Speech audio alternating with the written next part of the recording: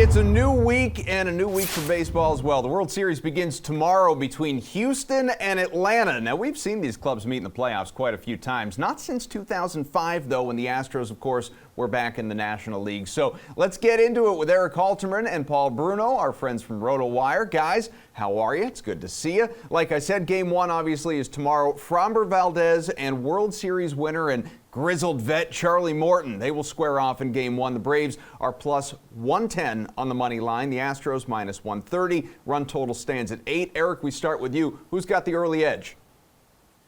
Well, I think my general rule throughout the playoffs has been every playoff game is closer to a coin flip than you probably think they are. If you need proof of that, look who's the World Series representative for the National League. No offense to the Braves. They are a fine team, but I think pretty much everybody would have said they were, probably the least talented team in all of the playoffs, and they're here. So I'll take the plus money here. It's plus 115 for the Braves now. I think Charlie Morton, I like him more than I like Framber Valdez. He was better down the stretch, 2.60 ERA in September compared to 3.94 for Valdez in the final month of the regular season. He's been about half a run better in the playoffs as well. So I think at a plus money, I think I'd probably even take this one at even money. I think it's pretty clear Atlanta given the odds here. Paul, you following that same logic? I absolutely agree with my colleague and teammate. I like the Braves to get an early edge behind Charlie Morton in the early going of Game 1. He's been the hotter of the two starters. Erik gave you some of the numbers. I'll give you some more. Morton has not allowed more than 3 runs in any of his last 10 appearances while holding opponents to a paltry 176 batting average and a whip under 1. The strikeout to walk ratio is fantastic as well, and only 5 homers in last 55 innings that he's worked. Meanwhile, Valdez has been roughed up for 4 runs in 4 of his last 8 starts, so a little more inconsistency there. And I just think that Morton, with the experience that he has under his belt, is the better play tonight.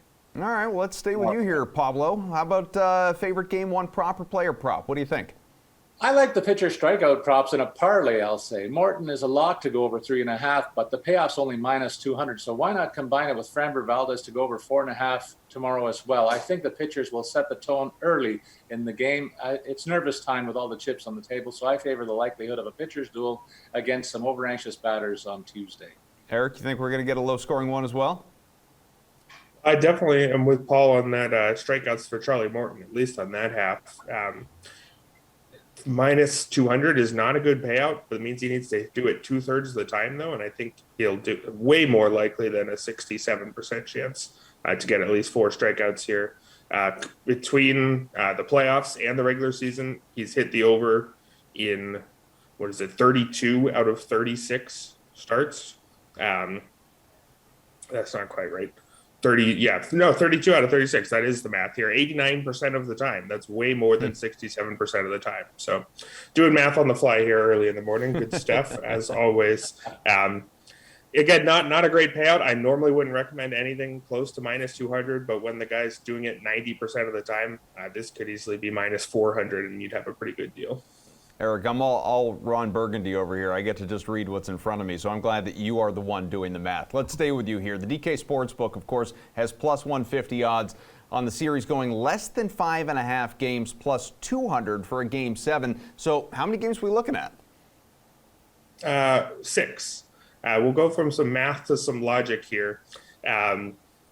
In general, it's actually not a great idea to say that it's going 7 games. When you're betting on a series going 7 games, what you're saying is either the team that I think will win is going to be down heading into Game 6, so they're going to lose 3 of the first 5, or they're specifically going to lose Game 6. I mean, if they come in up 3-2 and you think they're the better team, you should just pick them to win Game 6 and not Game 7. So I like this going 6 games here. I don't think, even though we've had a bit of a run of Game 7s lately, I think it's been some like 3 or 4 of the last 7, but it was just 1 of the last 11 prior to that recent run. So there's been a little bit of a historical anomaly in terms of Game 7s recently, but in general, it doesn't actually make logical sense to say that the series is going 7 games. Let's go back to the man with many leather-bound books. What do you say? Less than 5.5, Game 7, or like Erik said, we meet in the middle at 6? You know what? I'm right with Erik, and he covered all my talking points. So I say it's going to go 6 as well. And let's go on to the next question, boys. Fair enough. Braves at plus 130 to win here, Paul. Now the Astros are minus 155. Do you have an exact series prediction for us? And I'm hoping you do. I'm hoping you both do, because I feel like maybe we'll get a disagreement amongst you. I have to lean on the Houston club. I know they're almost the bad guys in this scenario. Almost.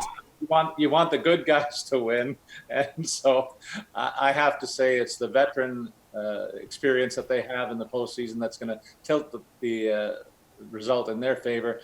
Atlanta, for me, seems kind of new to the World Series party and may not quite be ready for the big stage. So I think it's Houston easily at the end of the day. Paul, the Braves won in 1995. How dare you? What do you think, Erik? What do you have?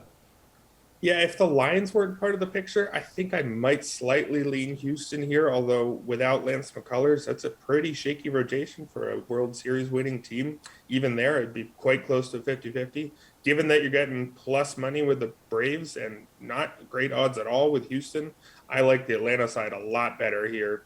That plus 130 says they have a 43.5% chance of winning it. Fangraphs playoff odds have this as nearly a coin flip. They have it as 51.5 for the Astros, 48.5 for the Braves. So that actually says you're getting a pretty good deal, about 5 percentage points worth on the Atlanta side. And I like that logic there. I'm going to go Atlanta. And again, based on what I said earlier, I am logically obligated to pick them in 6, not 7. Any World Series MVP odds stand out to you, Erik?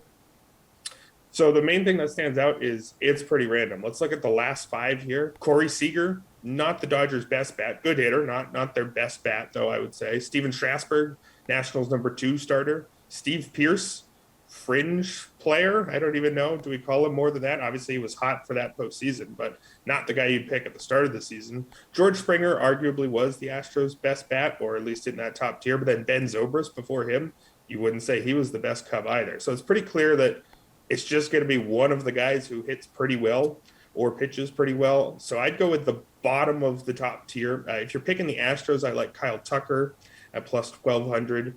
I guess Alex Bregman is slightly better odds, but I like Tucker more the way he's been hitting lately. But given my Atlanta pick, I actually like the 2 top starters, Max Fried at plus 2,000 and Charlie Morton, I think, is my favorite on there at plus 2,500. Given the way the narrative has gone throughout the playoffs, with everybody getting mad at how short the starting pitchers are allowed to throw, if Charlie Morton has 2 6-inning starts where he gives up, a run or 2 at most, maybe even has 1 shutout, 6 innings, 7 innings in there, I think that's an MVP performance based on the way the playoffs gone overall. Paul, we were just showing the people, I don't know how much more we can expect there at the top from Yordan Alvarez and Freddie Freeman with what they did, obviously, in the last round, in particular, the LCS. So what about you, World Series MVP? You know what? Erik made the case for lesser lights. I'm going to go with one of the top players in terms of the marquee recognition, and that's got to be Jose Altuve.